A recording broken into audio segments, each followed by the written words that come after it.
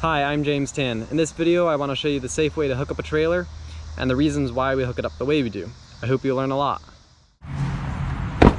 All right, little transition. I'm about to leave for work, so we're gonna hook this trailer up. Let's talk about what order to hook the different components of the trailer up in. So, first thing that we're gonna do is hook up our tongue to our ball.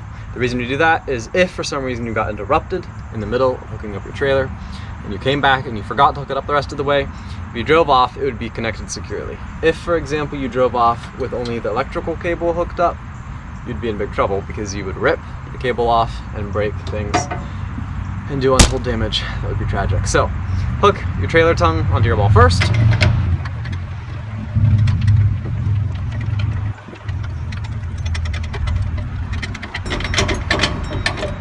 All right, now that we have the trailer tongue lowered down, we're gonna slide this latch here forward. So the way this works is you have your ball, let's pretend my fist is the ball, and then you have your trailer tongue, it's like a cup over the ball. And if the cup is slid forward, it's not seated securely, then what'll happen is you won't be able to slide the latch forward because it'll be stuck up against the ball. So the way to fix that is to push the trailer back and it'll slide into place. Let me show you what I'm talking about. There we go, do you see how the trailer tongue slid back a little bit? Now we can slide our latch forward. All right, next we're gonna hook up our electrical cable, and this controls our left turn signal, right turn signal, hazards, and brakes. We plug this into the socket. It's usually located on the left-hand side of the hitch. Next, we'll hook up our breakaway cable. I think this is my favorite part of hooking up the trailer because it symbolizes so much security.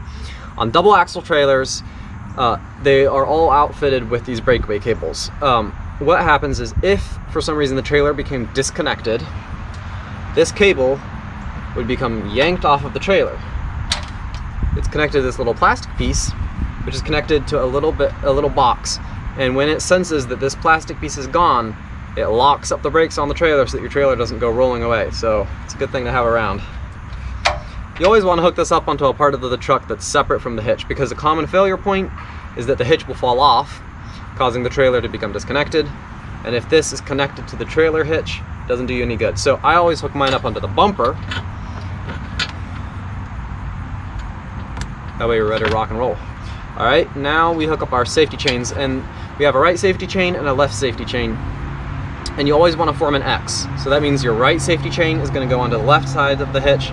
Your left safety chain is going to go onto the right side of the hitch. And the reason we do that is because if the trailer became disconnected from the ball, it would fall into the X. It would rest right on the X. That way, it won't drag on the ground. If it were resting in between the two chains, it would drag on the ground and scrape up the asphalt and possibly ruin the jack on the trailer. So we don't want to do that. So make sure you hook up your chains in an X.